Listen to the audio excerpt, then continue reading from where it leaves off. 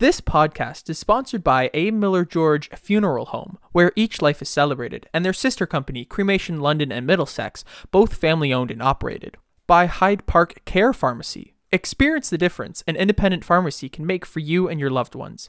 Hyde Park Care Pharmacy offers personalized care, short wait time, very competitive pricing, easy transfer of your prescription, and much more. And by Molly Maid. During these times of COVID-19, it has never been more important to keep your family safe. With the Healthy Home Cleaning System, Molly Maid London is here to help. Make your home a healthy haven. Call Molly Maid London today. As a journalist and TV presenter, Genelle Aldred has worked for the BBC, ITN, MailOnline, and now ITV in various roles including online journalist, documentary producer, weather presenter, and newsreader. Genelle's substantial knowledge within media shines bright in her roles as a public speaker and host. Today, we'll discuss her book, Communicating for Change, Creating Justice in a World of Bias.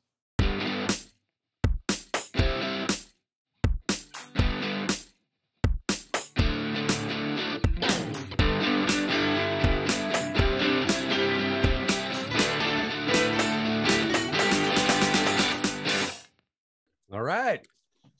Good morning, good afternoon, good evening, whenever and wherever you be. We welcome you back to another edition. It's the Vicar's Crossing podcast. The Vicar's Crossing is a virtual space where faith intersects with the public square. My name is Rob Henderson, and I serve as the priest of Holy Trinity St. Stephen's Memorial, Anglican Church, London, Ontario. That's a mouthful. My name is Kevin George. I am the priest at St. Aidan's Anglican Church, stepping up to the plate. Along with me is a guy named Ian. He's batting 322 and got 4 runs batted in. My name is Ian. I am the editor and producer of this podcast, the person who sends this out into your eyes and ears. I hope we're having a good day. All right. Boy, it's good to be back on a day we record with the opening day for our Tigers. Kevin, I did not wear my Tiger shirt. I apologize, but I was taken in by watching a little bit of the golf today. Masters weekend, and Tiger is back. Speaking of Tigers, incredibly, I cannot believe. What is it? 10 months? Yeah, since he nearly lost his leg. Yeah, he went from almost losing his leg to now he's playing in the Masters. That's incredible, unbelievable. So, but anyway, we're glad to be together again, and we are very glad to be welcoming our special guest today. Genelle Aldred will be joining us here on the Vicar's Crossing podcast. Who is Genelle, you ask? Well, let me explain a bit about Genelle. She is a communication strategist, started her career as a journalist, worked for places like the BBC and ITV and ITN in and behind the cameras, in front of and behind the cameras. After some years in media, she worked in roles at NGO in digital strategy, and was a television channel manager, followed up doing some communications consultancy as well. And she has a wonderful book out, which is called Communicate for Change, Creating Justice in a World of Bias. Great book. We're going to talk about that with Genelle coming up shortly. We most definitely are. In the meantime, we want to begin today by acknowledging that the lands we are upon as we record this podcast are the traditional lands of the Anishinaabe, Haudenosaunee, Lenape, and Attawandaron peoples, on lands connected with the London Township and Sombre Treaties of 1796 and the Dish with One Spoon Covenant Wampum. These lands continue to be home to diverse Indigenous peoples whom we respect as contemporary stewards of this land and vital contributors of our society, and people with whom we choose to walk side by side on a path towards reconciliation. We also want to take a moment and thank our sponsors on the Vicar's Crossing podcast, our wonderful sponsors who help keep this little adventure going with Kevin and Ian and I. To A. Miller George Funeral Home, where each life is celebrated, and their sister company, Cremation London Middlesex, both family owned and operated. We are thankful to Dave Mullen and all of his staff over at A. Miller George for their wonderful support today. And of course, we want to express our thanks to Carol Basada at Hyde Park Care Pharmacy, one of those locally owned outfits, as she likes to say, locally owned, locally operated, locally loved. Move your prescriptions from big box over to something local today, and you won't be disappointed. And last but certainly not least, we want to say a huge thank you to Molly Maid. Make your home a healthy haven. Call Molly Maid London today. And Trisha Lister over there was the one who hooked us up with that, so many thank you to them over there. and they'll come in and clean your house. Clean all your of it. clock. Clean your All clock. of it. If your it's top to clock's bottom. dusty, you can get it cleaned. That's Yeah, it's great. fantastic. All right. So I know our listeners with bated breath are waiting for our next segment, Kevin. So why don't we get the drums out and get ready? It's time, ladies and gentlemen, for Who in the World Did You Book This Week, Kevin? Glad you asked, Rob. Drum roll, please. This week, I booked this will be a returning guest, our good friend, Bishop, doctor, former chaplain at Duke University. Very disappointed in the basketball game last week, but he asked us all to pray, and apparently our prayers didn't work. But Will Willimon's got a new book out called Listeners Dare: Hearing God in the Sermon, and he's very excited. This will be like his 110th or 11th book or something like that. Yeah, which is quite remarkable. And he sent me a note this week asking actually if he could come back on the podcast, talk about that. So of course, you know what, Dr. Willimon, if you want to be here, anytime. Who are Rob and I to turn you down? Exactly. That's a wonderful title for that book too, because I think oftentimes, I don't know if you get feedback like this, our parishioners are tired of hearing our voice. Yeah, I know. Yeah. I want to hear God's voice. That's right. Listeners dare. That's right. You dare listen for God's voice in a sermon. So we'll see how that goes. Good. We'll look forward to that. All right, guys. Janelle is joining us from across the pond. Yes. Today. Yes. So we're going to bring in Janelle and start our conversation on the Vickers Crossing podcast. Since she's come from such a long ways away, we shouldn't leave her standing at the door, right? Behold, I stand at the door and knock. Janelle, come in. And Genelle is joining us now, Genelle Aldred, on the Vickers Crossing podcast today. And we're going outside of our London to another London across the pond to greet Genelle today. And how are you? Welcome aboard. I am well, thank you, from a very sunny but massively windy London. That's my goodness. By the way, not me. That sounds terrible. But no, yeah, it's good to be with you both today. Thank you for having me. Great. Yeah. And we were saying before we started recording that don't be surprised if we see some lawn furniture maybe blowing across the screen for those watching on YouTube, because it's whipping up pretty good over there. Oh yeah. I mean, I heard this massive bang, and it was my little sideways thing. I don't know what you call them, sofa.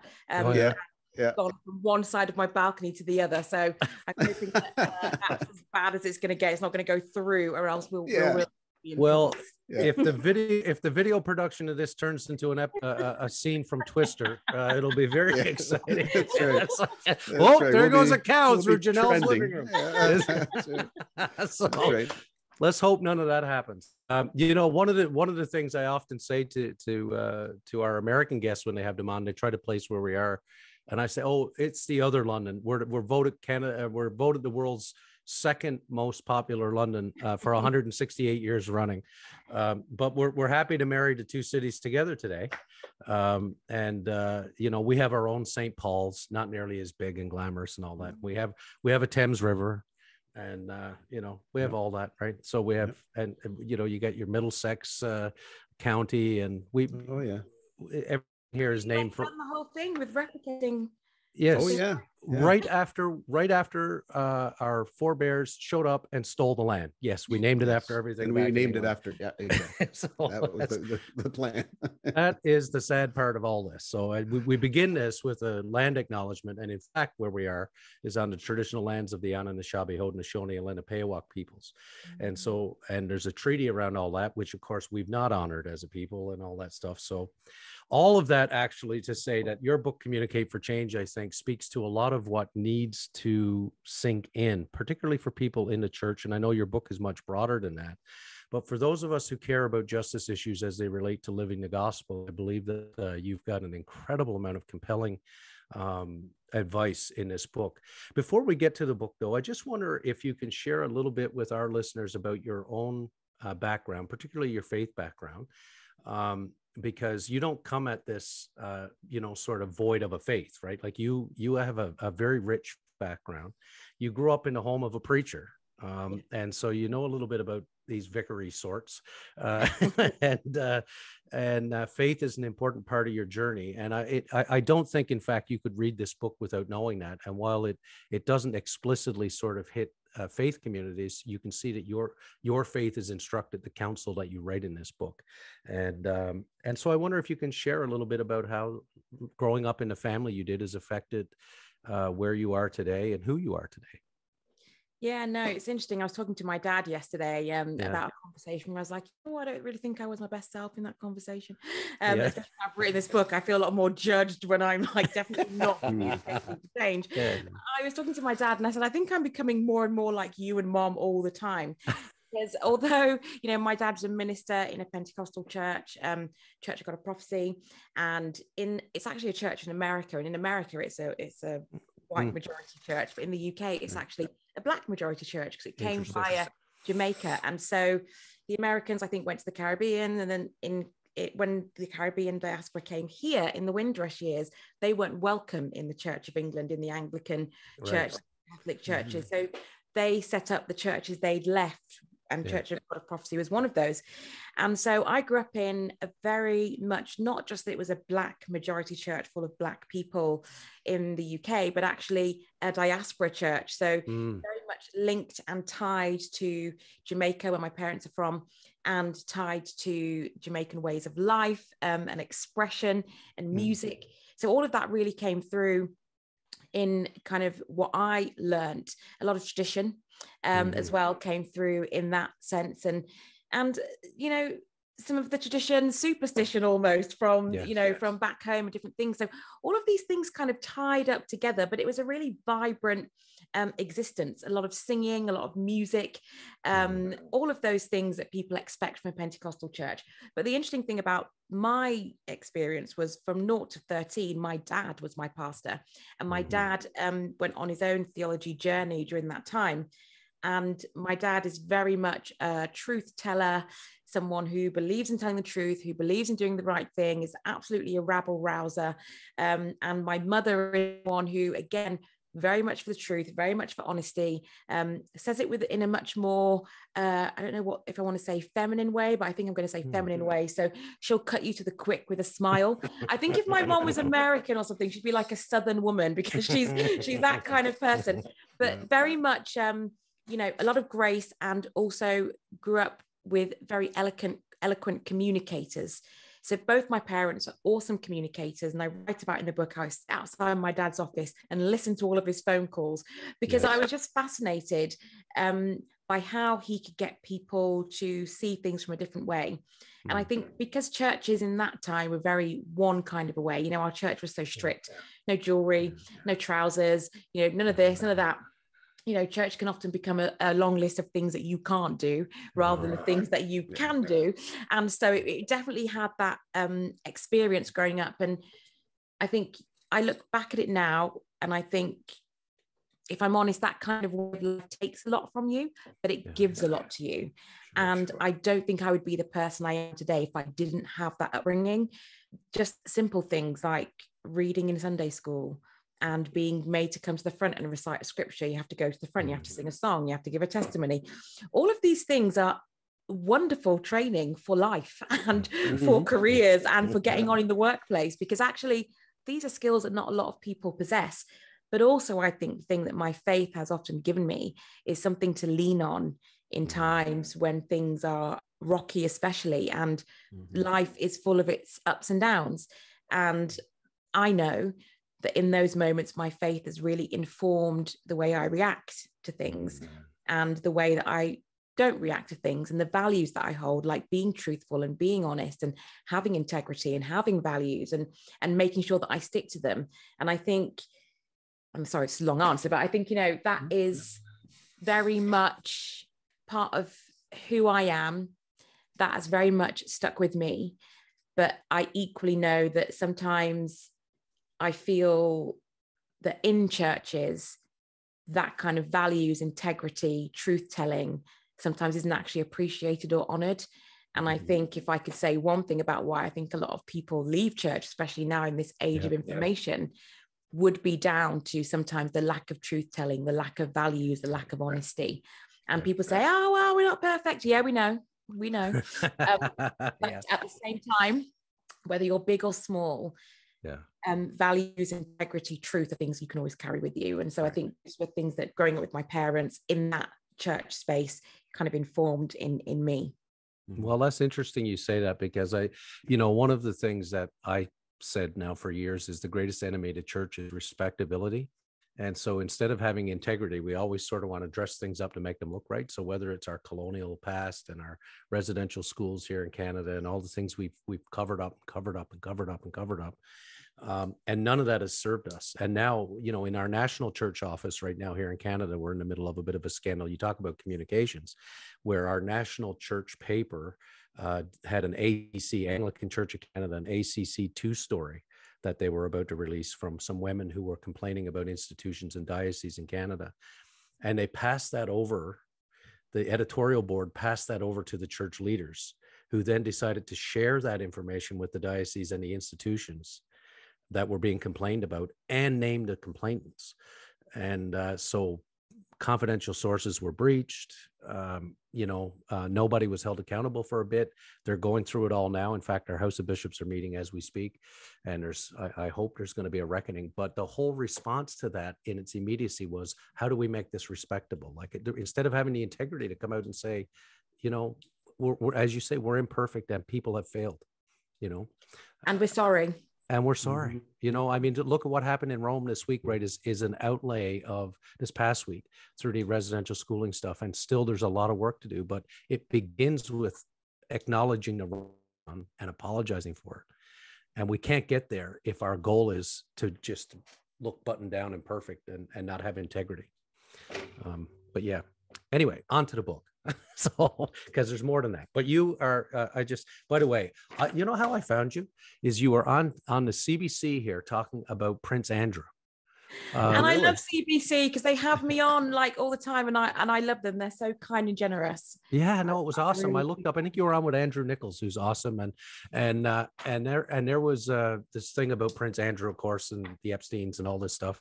And there was this Genelle Aldred, and I said, this woman is incredible. And your communication was so good. And then they said you had this book, and then I looked at it and I read it, and I was like, oh my gosh, we got to have her on the podcast. So, anyway, at the outset of this communicating for change, you point out that we haven't inherited a just world, and so we have to create one. We've learned, though, through experience, that this is not so easy, right? Creating a just world, and it's not as if people haven't been trying. I think people have been, but your book asked a very prescient question: what is it that continues to get in the way of making that change happen? And you note early in the book that one of the things that gets in the way is our propensity for arguments. And you write, now just a quote here, we have arguments rather than conversations about social justice issues and the belief that we should all have access to equal economic, social, and political opportunities. Arguments, you write, are at best ineffective at convincing others to open their minds, or at worst, antagonistic. For long-lasting change to occur, you write, we have to win minds and hearts. Whether the injustice is big or small, until people are invested, they will feel badly about it and for you, but continue with life as usual. Can you say more about winning hearts and minds? Yeah, I think it's really important. Arguments can persuade a mind, let's say. So I could persuade you that maybe, you're not doing the right thing.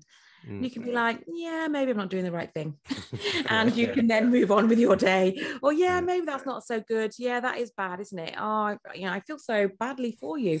And nothing can happen.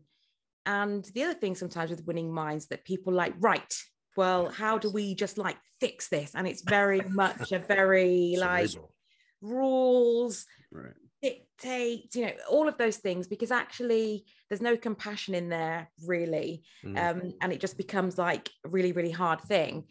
I think if you just win hearts, you just win sympathy. People like, that's, I'm just such an empath, and like, I'm just like feeling your pain right now. And this must be so challenging for you. But often again, that doesn't move on anywhere. And I think sometimes for us to win, you have to win both. People have to feel it in the heart, because if they feel it in the heart, it moves them. Then if also they get it in their mind, and the minds and the hearts connect, I think then you're some way towards finding a solution. just because feeling sorry for people in and of itself doesn't do anything. It makes you feel like you're doing something. And I think a lot of people like live there, like, you know, my heart just breaks. Okay. Yeah. And after the heartbreak, then what did you do? But I think when something gets into your mind also, like you see it from like a logical perspective and you are moved by it from an emotional perspective, that's a space for change. And so I'm very, very sure that if I argue with you and I make you change your mind, you then don't like me because I've made you do something. And not many people really want to climb down off that mountain. People say, you know, this is the hill I'm going to die on, and they genuinely mean it. So if you make that hill disappear, you're making something of them disappear. And this is why I try to talk a lot about the fact it's not just about good and bad people. Actually, we're talking about human behavior. Right. Most humans don't like to be made to feel stupid or to feel small or to feel like they were wrong. So when you argue with someone, you push them into that space. And I just know how productive that is. And people say, well, what if they are wrong? What if you're wrong? And what if someone makes you climb down off your hill? You don't want to do it either. So why do you want someone else to do it? So I think we have to really engage with people where they are, as they are. But for me, if you engage both those things, I think it makes a more effective argument. And also, if you engage with someone's heart, even if they've changed their mind, because the heart's involved, they don't mind as much. But if you just win an argument, and this is the hard work of it, right? That you know, if you're going to take this work seriously, we know that, you know, ourselves will become uncomfortable. It is sometimes a difficult place to enter into, but others will be made uncomfortable. And I was just finding a quote in your book. You write about that. I wanted to share with our listeners. You write, we first have to acknowledge that we can be seen by others as problematic and offensive. Doing so will allow us to have better conversations that will result in the change that we want to see. Exactly what you're talking about. Conversations that are rooted in humility rather than in arrogance, born from a sense of rightness because we do the work of the righteous. Arrogance resulting from attitudes of righteousness and superiority is a barrier to having conversations that lead to any change. We should start with ourselves, but that is a tough place to start. We acknowledge that. Kidding. And you followed on that point. You're right about, you know, the comfort that many, certainly liberals, have with the term white supremacy. You talk about that, and you point to a very uncomfortable truth that, you know, attitudes of white supremacy might very well be rooted in feelings of superiority and pride, right? Not even being aware. I wonder if you could say more about that, because that was really moving to me and interesting. Yeah, it's so interesting because I had this conversation with a friend who I write about in the book, Aisha, and she's a brilliant mind. And she was saying, I don't use the term white supremacy anymore because it doesn't even exist. It's not real. But actually, by talking about it, you make it real. And I think we talk about white supremacy so much, it's actually become its own thing. So even though we'll say, but it doesn't exist, but we talk about it. And that's very strange because if something doesn't exist, then surely you dismantle the whole thing by not making it a subject in and of itself. And so when I was really thinking, okay, well, what do I think is behind this then? Because a liberal person or a white liberal person will look at someone that they consider to be uneducated or unadvanced in their views or racist or, you know, whatever are the terms derogatory that they choose to call those people. And they say, but I'm not like them. Right. You see, because those people are racist, you know, visibly, viscerally racist. And I'm not like them. I really like Black people. You know, all I want to do is help them. And I don't think that sometimes people really understand the patronizing nature that can actually come into that you somehow feel that every single Black person is in need of your help. What? That's ridiculous. Yeah, you know, that's ridiculous. Because if you think about, and we talk about white privilege, another thing I think we need to unpack a bit more with some more intersectionality. Yes. Because the concept of white privilege says that every white person I meet in my life is more privileged than me just by virtue of being white. Right. And that is obviously not true. So we can talk about situationally, there'll be some situations and circumstances where they might be more favorably treated than me. But to say that their whole life has more privilege than me is not true. I have 2 parents raised in a home that they owned. privileged in an education and opportunities and work and career. And you're telling me just by virtue of being Black, I'm not privileged at all, or less so than someone else because of their white skin. And I think that people forget that these things actually uphold this myth of white supremacy. But when it comes to the white superiority, I think that what can tend to happen a lot of the time is a lot of infantilization of Black people. So it's always, we always need more training, we always need more help, we always need to understand more and we want to explain it to you more, as if we don't have brains and capacity capable of understanding the same thing as a white person. And I think this sometimes pops up in workplaces or even in churches. Oh, yeah. People will say, you know, we need to find a new leader. And they'll say, oh, you know, what about this? I'm just not really quite sure they're ready. Okay, well, you tell me what it would take for them to be ready. You know, they don't really do it. You know, we have a way that we do it. Yes. What's that way? Tell me more about that way and tell me more why the way they do it is wrong. Who's the we? Be different. And who's the we? And who's the we? Who's the we in all this? Yeah. But it's just wrong. And so for me, when, you know, I talk in the book and there's a quote in there, why are you saying that you treat everybody equally? Such a badge of honor. Yes, why wouldn't you if you believe people are equal? Right. It's because somewhere you don't. It's somewhere you see that you're doing something great for Black people by treating them like everybody else. Well, are they not like everybody else? I even treat women the same. Are women not the same? And so I think the thing that I always encourage people to do, you know, I do workshops and different things. I encourage people, think about what you're saying and think about what that means. Right. And I know that the saying of it is innocent enough, you know, because people are just talking. Right. But what I always try to say to people is notice what you're saying. Notice the kind of language that you're using. Right. Because in those comments, especially the throwaway ones, and especially those kind of, but you know, I just treat everyone the same.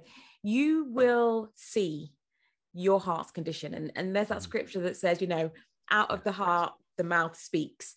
Yeah. There's no such thing as a throwaway line, really. It's just a line that you unconsciously say.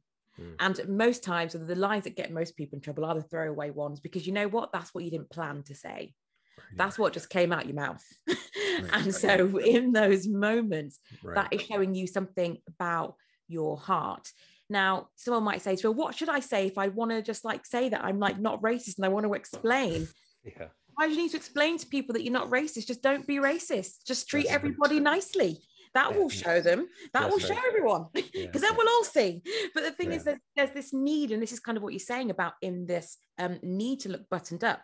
There's a need to look good rather than be good. And that's what's getting everybody in trouble. And I think it's just really important that we really consider, do we see people of color? Do we see women? Do we see people with disabilities as people who just need our constant help because they can't do? Or do we see them as equal human beings who sometimes just have not had the same opportunities, who also are different, and that's okay? Why do they need to be the same as you? Why do they need to preach that sermon the same way that you preach it? Why do they need to sing the song the same way? They don't need to. So what are we trying to do here? Are we trying to create a more equal, just world? Or are we saying we want a world where people just assimilate to our way? And if they do that, then we'll all be good. And I think we just need to really consider how we really feel about others, how we really feel about the poor, how we really feel about people who we would call in a developing country, or whatever term we're now using. What's your real attitude towards them? How do you see them? Equal? Or someone kind of that needing help? That needs help all the time. I just think you know, like I gotta say, having read the book, that as you know, looking at this screen here, if you're watching this, you got three white dudes, but I have to say, reading it, that it was at times difficult to come to grips with what I saw myself in what you wrote, because you know, I want to be I want to be the ally. I want to be woke. I want to be, whatever, again, as you say, whatever the terms are okay. And we got a question coming up about that later too, about the terms, but it's, I think the point that you're making, which is so critically important for us, and we've been trying to have a lot of these conversations, Rob and I, we've had a lot of guests on to talk in the wake of Black Lives Matter and all that stuff, that we've got to come to grips with how we behave in all of this. I have to come to grips with how I behave. If my intention is irrelevant, if my behavior speaks something else. And so that really requires me to do some serious reflection and be a little bit like Jacob and wrestle a bit. I might walk away limping, but that may not be such a bad thing. No, because that's what transforms you. That's what creates something new, right? It's important. So your chapter on fake news, I wanted to bring that up too. I thought that was really fake good news.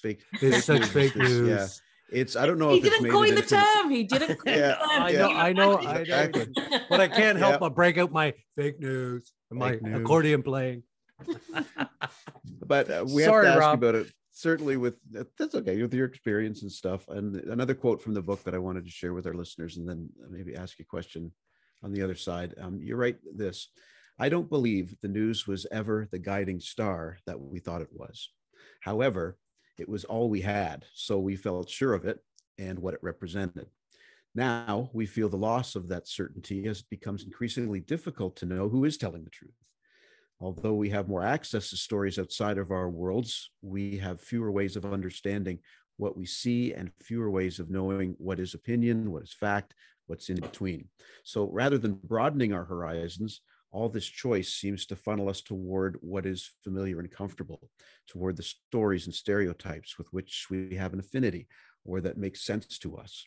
If we review new facts that don't match what we think we know, we are likely to stick with the old tried and trusted information. And then by way of example, you talk about the portrayal of young Black men in the news, and often show, in relation to, they're often shown in relation to stabbings and drugs and gangs and that sort of thing. All Black men become criminalized by association. The idea that Black men are dangerous is then planted deep within our psyche, and they become kind of a manifest as like a visceral reaction when we're in a situation with young Black men. And you say that the problems arise when we try to deny that we ever have such thoughts. The thoughts themselves aren't necessarily the problem. It's what we do because of them that is. And we've just said that, right? It's the actions. Can you say more about how our propensity to live in these echo chambers is having this effect on us? Because if the only messaging that we ever take in supports our own bias, like how do we break the cycle and step out of that? I think it's really interesting because being a former journalist, and I'm all my journalist friends still talk to me. But I think it is hard. So I made a choice to try and follow people on Twitter that I disagree with. And I tell you, some days my finger hovers over that block button, not even just unfollow, just like block. Because it's so confronting when someone sees a situation vastly different to you. Like you have received the same information, and what is churned out, in my point of view and their point of view, are like worlds apart. It's very confronting because I think what I believe is right. I think that this is the way the situation is, and this is the unfairness in it, and these are the facts. And you have come out of that same, story funnel, and you say, well, no, this is the way the story is, this is the way the facts are. And it is very hard to change your mind. And so I still follow it. There's one person in particular who he jumps to mind. And actually, when I wrote this book, I plucked at the courage and I would love to have a conversation with you, because I would love to understand if you really think these things that you tweet or what, because, I wanted to understand. Is it Piers Morgan? No. Okay. I think that might be a bridge too far even for me. But, Sorry to interrupt you, but I had to know. But I think I try to read lots of different newspapers, for instance, same stories, to try to understand the slant that someone's taking and the viewpoint that they're taking, which will be informed by their politics. The thing about the news being democratized is it's great because now we hear stories we would never have heard before. We see things we would never have seen before. But the bad thing is that makes it harder to trust because everyone is telling it from their lens. I think for me, in the end, the way I see it is I just know that news is biased. Yes. So whatever I'm reading, whether it's something I agree with or not, I just view it through the lens of this is a lens. This is our view of the story. This is our view of these people. You know, more and more, I'm just kind of coming to think, I don't even know these people. I don't even know if any of this is true. You know, there were acres and acres and acres and acres of data used to talk about Will Smith and Chris Rock. The truth is, to me, here we have two multimillionaires. And when we've all expended all of our energy talking about them, they'll still be multimillionaires, and we won't be have moved on because we've spent all of our time talking about them. And so the reality of the situation is we don't know these people. People say, oh, Will Smith's such a nice guy. How do you know? Do you know him? Do you know the Will Smith that he has shown us? We know the Chris Rock that he has shown us. We don't know Will Smith. You don't live with him. You're not his mate. You don't know anything about him. So why would this slap disappoint you? How do you know that that's just not his character? We don't know these things, but we believe them to be true because the media is such a powerful medium. So for me, I look at situations like that and I think, I don't know these people. I'm not going to keep talking about it, although I'm talking about it to you today. The news is a lens, it is a view, it has a bias. And actually, I just look at it through that. That's how I consume it, because I do want to be informed and I do want to understand views outside of my own.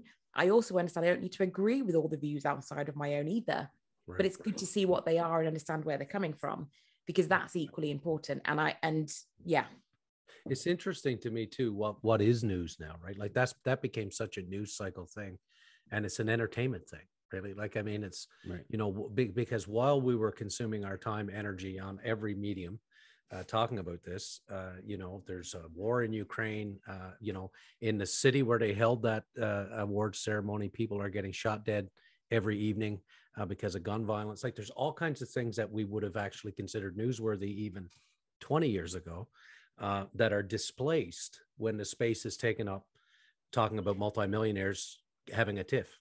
Two very privileged men. And I think the thing that people found strange was these two black men doing this thing like on live telly, and people just didn't really know, I suppose, what to do with this. What do we do with this? Kind of like, if it was a white man hitting a black man, you kind of know what to do. If it's a black man, you know, but two black privileged men.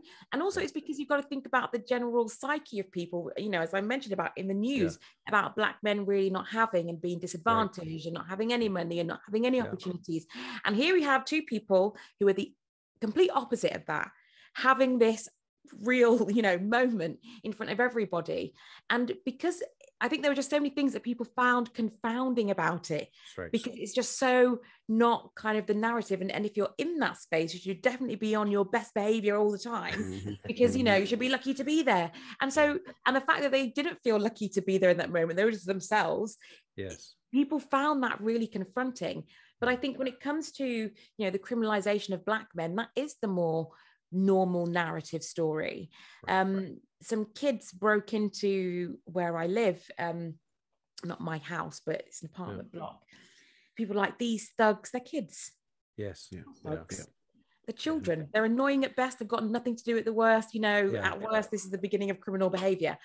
But because people have that image so seared on their minds about what these young black people are, it's very easy for them to immediately just be like, well, they're thugs, this criminal behavior, we need 24-hour security, the children. So I think, like I say, it's not about the thoughts that enter your head. You can't help that, but you can help what you do with it. So if you see a group of, you know, exuberant black children, why the immediate assumption they're making trouble, or they shouldn't be where they are, or they should be quieter. They're kids, and we need to let them be kids. And it's really interesting because the adultification of black children is, you know, well known. And I was saying to one of my friends the other day, that's why when I talk about black kids, I call them kids. And I'm going to start calling them babies, because that's the only way to bring them down in age to other people's minds, that these are children. They might be tall, they might be big, they might be loud. They might even be purposely intimidating you if they feel like you're intimidated, because kids, when I was a kid, kids are rotters. That's why you're a rotter when you're a kid, because you can be, you know, because you don't have any sense of needing to please other people when you're a child. Your whole thing is about your survival, your space, what you want to do. because kids don't have reasoning in that same way. So why do we need a particular set of children to behave a certain set of ways so that we can be comfortable? I remember working, and I'll finish this rant. I remember working in I was working in a Sunday school. And there was, you know, it was a mainly white church, all these white kids, and there's these two black kids, and these two black kids are not being any more kiddie than any of the other kids. But you notice them because they are black. And they kept getting told off and sit down and really strong. And I said to one of the other girls there, I was like, you know, this is not okay. Anyway, I was never asked back to go and work in children's church. Let's put it that way. But what I will say is, this is why churches need to get to grips with this. Because it's one thing if it happens out there, but when children come to church, and this is how they're treated by people, because in their own minds, or as my friend says, in their imagination, they're imagining all of these other things going on that are not going on, then it's detrimental to that young child's experience. It is. It's so true. And I can tell you from personal experience that my boys now are in their 20s, but the expectation was that they were to be pastors' kids, live in this box. And they haven't gone back in years because of that box that they were actually harmed in a lot perceived to be something, right? Exactly. So they had the other kids could be normal kids, right? Kids are wild because of the box, and I'm a pastor's child, so I know. Exactly. It's constraining, and it's a stereotype that is unnecessary.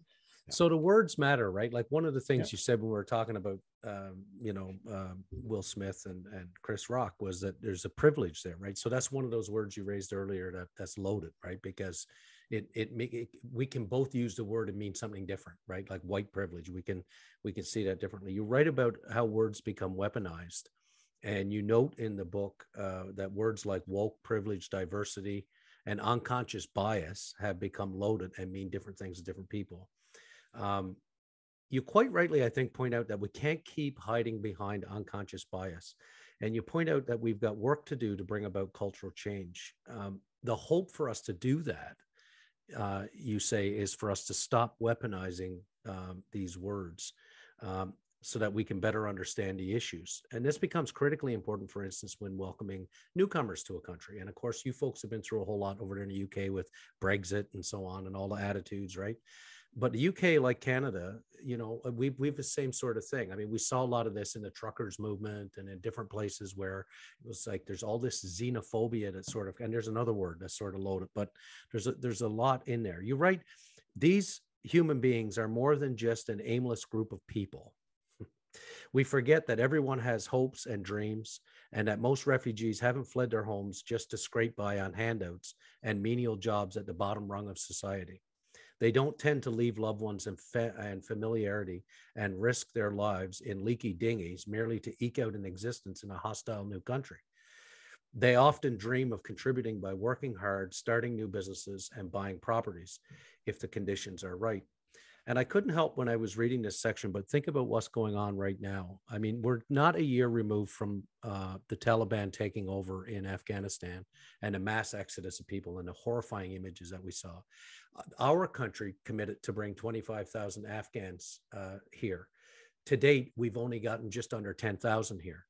In the last few weeks, we brought 15,000 Ukrainians, and we just approved the application of another 25,000 in the last 2 days. And we're going to bring 45,000 before the summer gets here. We can't help but note that there has to be a conversation about some form of bias in the system. There's something wrong. And we've had the same issues around Ethiopia, around Sudan. I mean, there's all these hurdles. And they say, well, this is different. And I only wonder what is different in this. And so you assert it won't do for us to continue to refuse to get to know one another. And you pose great questions in there. We should be asking newcomers about their backgrounds and know really who they are and the regions they come from and what it's all about. I wonder if you can say more about this particular issue, and particularly as it's playing out before our very eyes now. I mean, there was a big to-do about Prince William and Kate making a comment about this is not some African country, right? Like this is. Yeah, they said, you know, this is. They said it out loud. this is alien to us in Europe, really, because Yes, I'm pretty sure we've been fighting major world wars in like the last 100 years or so. You know, I'm That's pretty right. sure that was us. And I think this does come down to people noticing when it's people not like them going through things, and noticing it in a very different way when it's people who look like them. You know, it breaks my heart, really. Like, and that there's me with a broken heart, but you know, it breaks my heart. And I find it, because it's so blatantly obvious what's happening, it's almost hard to wrap your mind around how people can pretend it's anything but about race, culture, and ethnicity. Because what else could it be? Well, there's Africans in the Ukraine trying to get out. People who are there as students who are being turned back at the train station. And now some of them are in deportation centers, etc., etc. And it's racism as clear as day. And I think this is where it comes down to. It's complicated because, of course, you want Ukrainians to be able to leave Ukraine because of what's going on. But then also, these are some of the very same people who are stopping Black and brown people from leaving because they want to get on the train before them. And there's a complex thing going on in people's minds and in my mind about what does this mean? What does this say? In our government, you know, our Home Secretary, she's an Asian woman. And she's very much part of the, you know, Keep Britain British Brigade. And we've said we're going to let in lots of Ukrainians, and we haven't as yet. Those numbers are still really, really low. I think we currently seem to be under quite a right-wing regime in many, many places, which is all about protectionism and nationalism. I think the outpouring for seeing people that look like themselves going through a war has obviously led to people raising more money. If I look at it not in a not negative way, I will say I still believe there are plenty and plenty of people who, when it was Afghanistan, people felt moved and wanted to donate. Would people have opened up their homes like they are in the UK? I don't know. But equally, the home opening in the UK, to me, massive safeguarding issues. And I'm not really quite sure why we're doing it, because actually people are already reporting lots of nefarious things going on with people opening up their homes for cash to women and to children and you know, those different kinds of things. But I think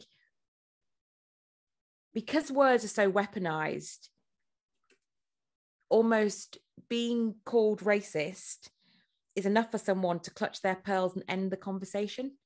In a weird kind of a way, because that's kind of the end of the talk, because then the talk all becomes about not being racist, rather than the talk being focused back on, okay, but this is the behavior that's been exhibited that makes us think this. And so I think it's really, when we see these things going on around the world, almost calling a government racist, they almost weaponize that, turn it back on you. And then that becomes the conversation, not what's happening. And I think sometimes because we get very caught up in the emotion of it, we take that little bait and they spin their little yarn. And then in the end, nothing changes, because the argument has become about the word you used rather than the behavior that's got there in the first place.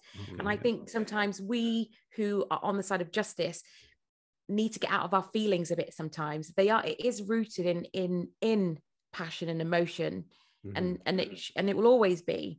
But I think sometimes when we're in these moments in conversations with people, we ourselves get railroaded because they turn the words back on us. We fall into that. And then we don't effectively communicate, okay, but actually, this is the thing that needed to change. And this is the thing that needs to change. And this is the thing that we won't accept. But we get drawn into, well, you are being racist.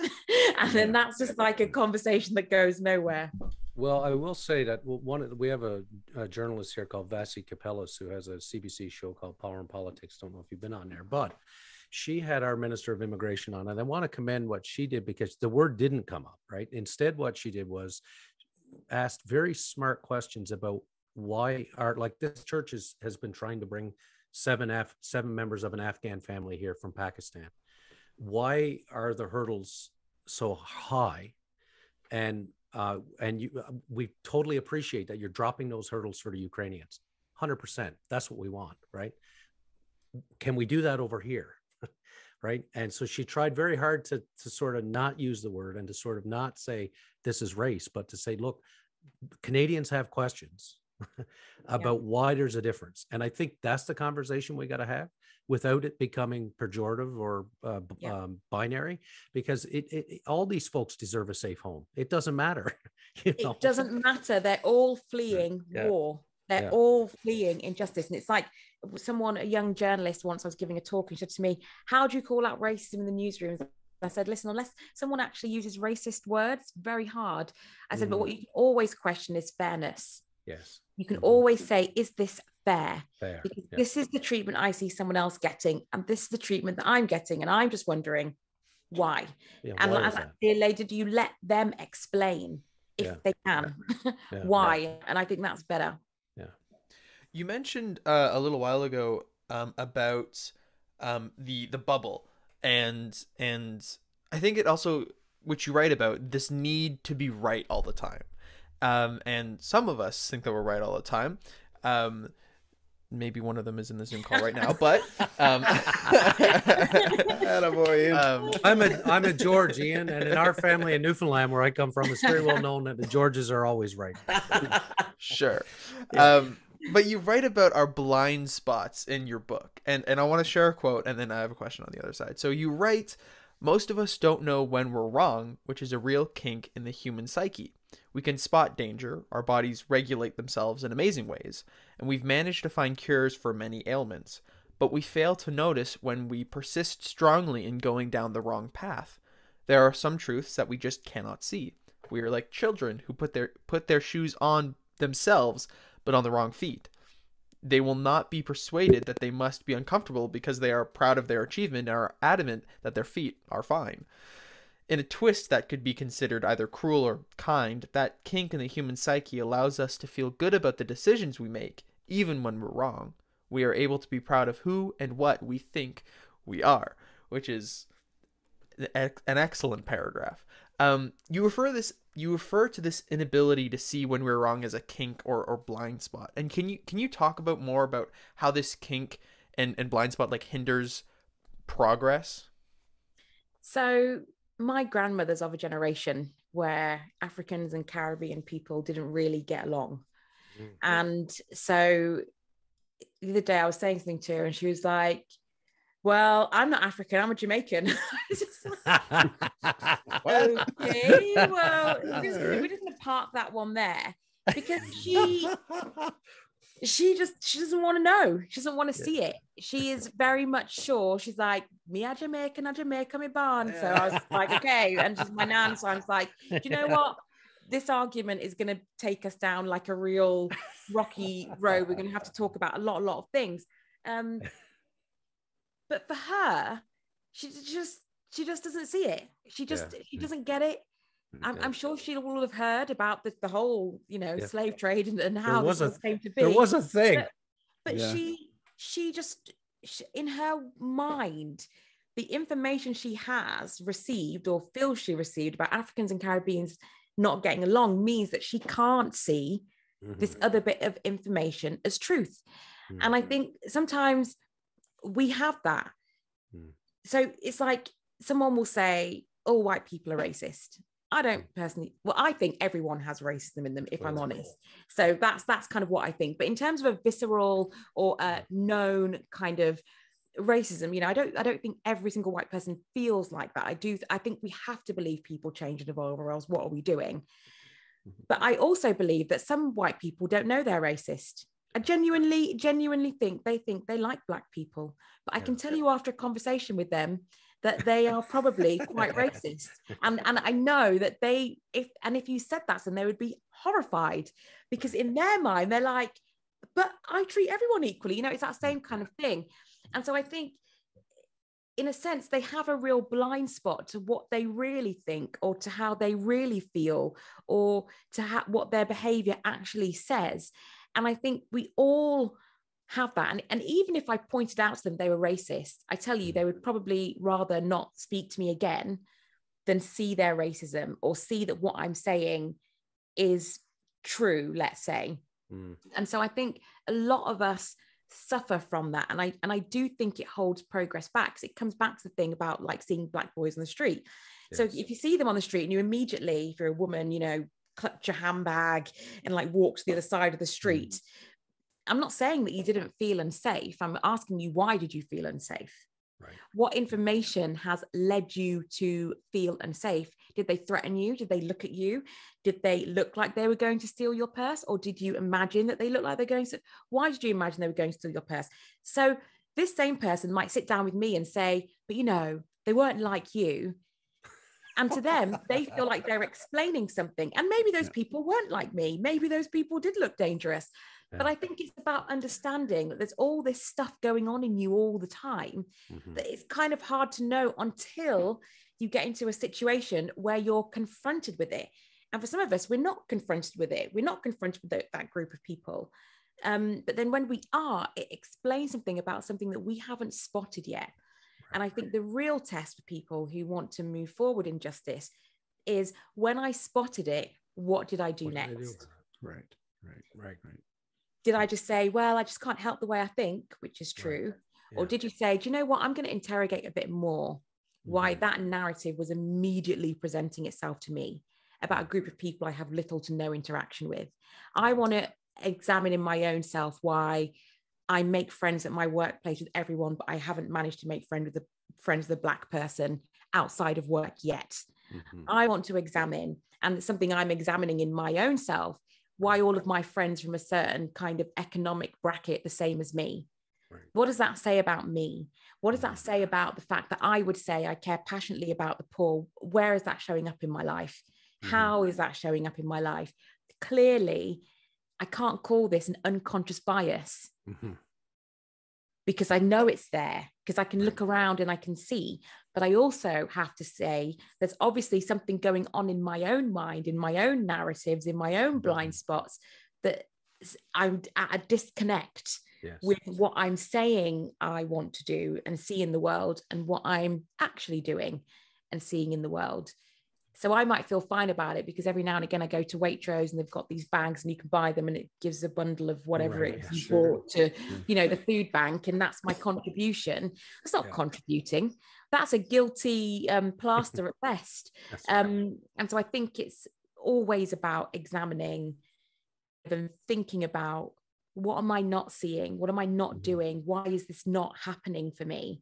I don't know if that I think that word interrogation is so critically important, right? Again, it's a word that people might associate negatively, but for me, it's a process in theological reflection, right? So if, when we feel these things, which I have felt, and, you know, and as you say, unconscious bias can become a sort of a way to sweep it under the rug. Oh, I have an unconscious bias. I don't know why that happened, and let's move on.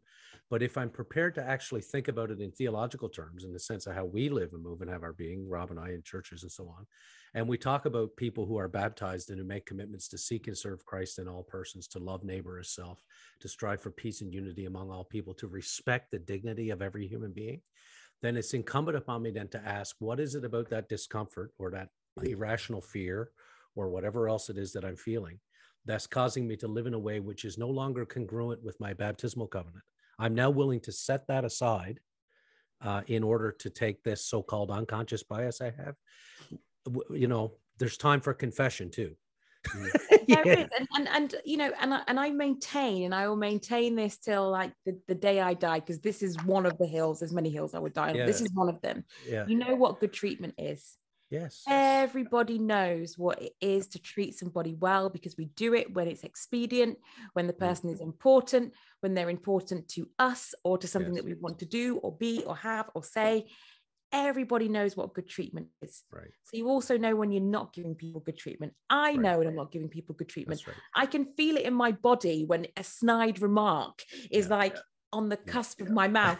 You can feel it when something happens and you think, ha, and it is. You wouldn't be human if you'd never had those moments. Someone said to me, don't you always feel like you want to be kind to everyone? I said, no. I said, like, I have a pathological need to be kind. I think you're just pathological because no one has that. I have asshole tattooed across my forehead. That's the thing. I'm just kind of like, no human being always wants to be kind. That's foolishness.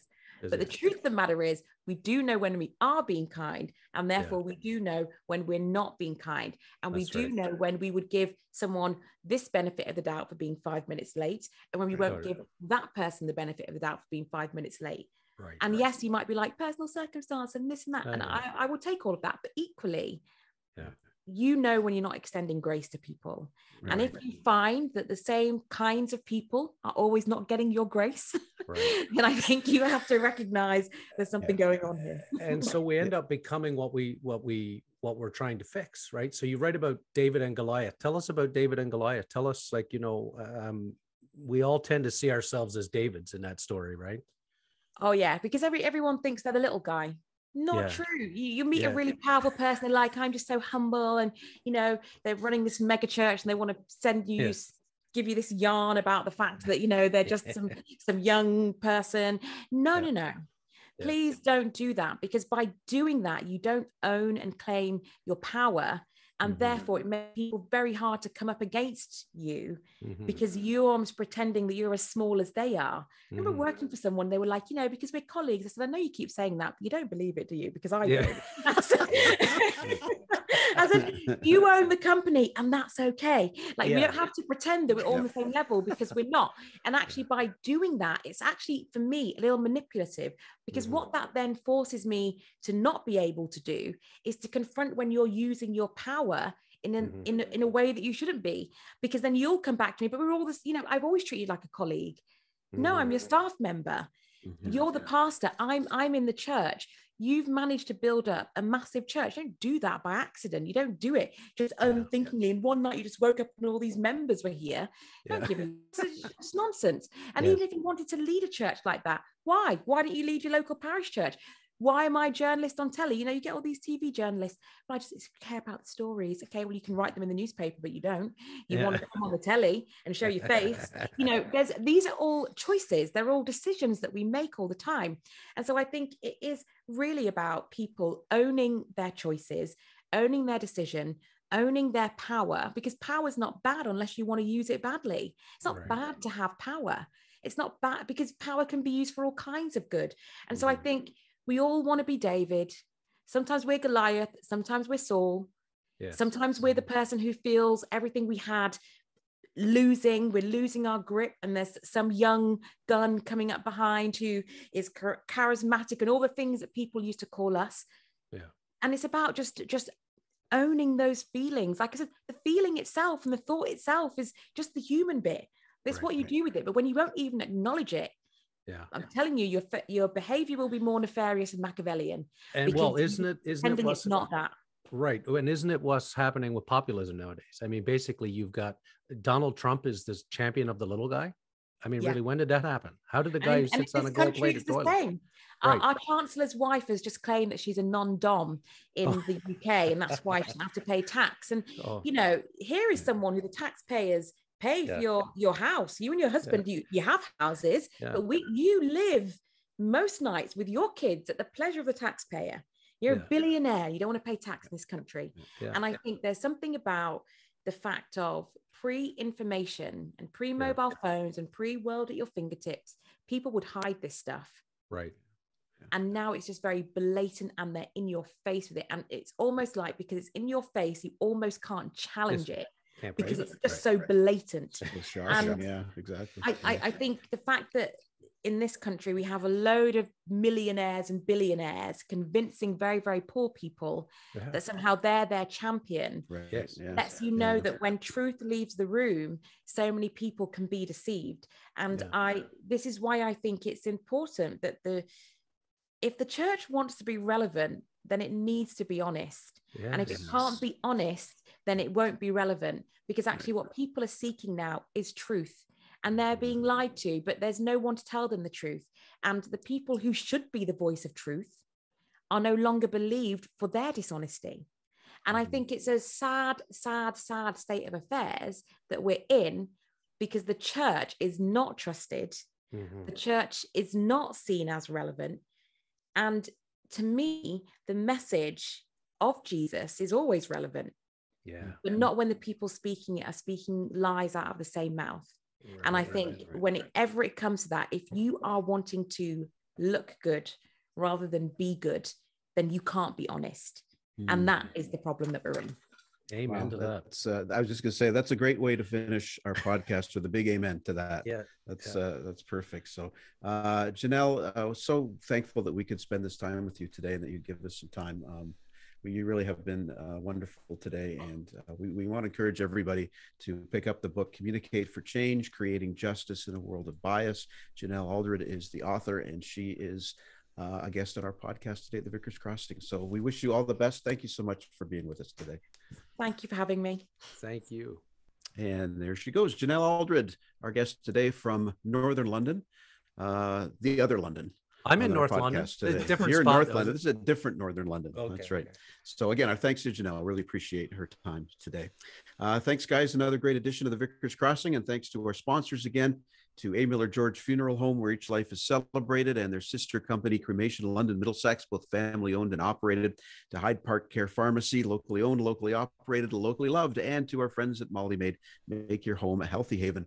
Call Molly Maid London today. I'm Rob Henderson from Holy Trinity St. Stephen's Memorial in London. Play ball. I'm Kevin George over at St. Aidan's. My name is Ian. Thank you for listening. And Kevin, remember to always look both ways. Before you cross the street, there could be a fastball coming through. Whoa. Thank you for listening. Our hosts are Kevin George and Rob Henderson. Our producer and composer is myself, Ian, with original artwork done by Elizabeth Dodman. If you have any questions or want to know where to find us, tweet us at Vickers Crossing or find us on Facebook at The Vickers Crossing. If you have any other questions about anything heard on this podcast, leave us a comment or look in the description to find out more. Thanks!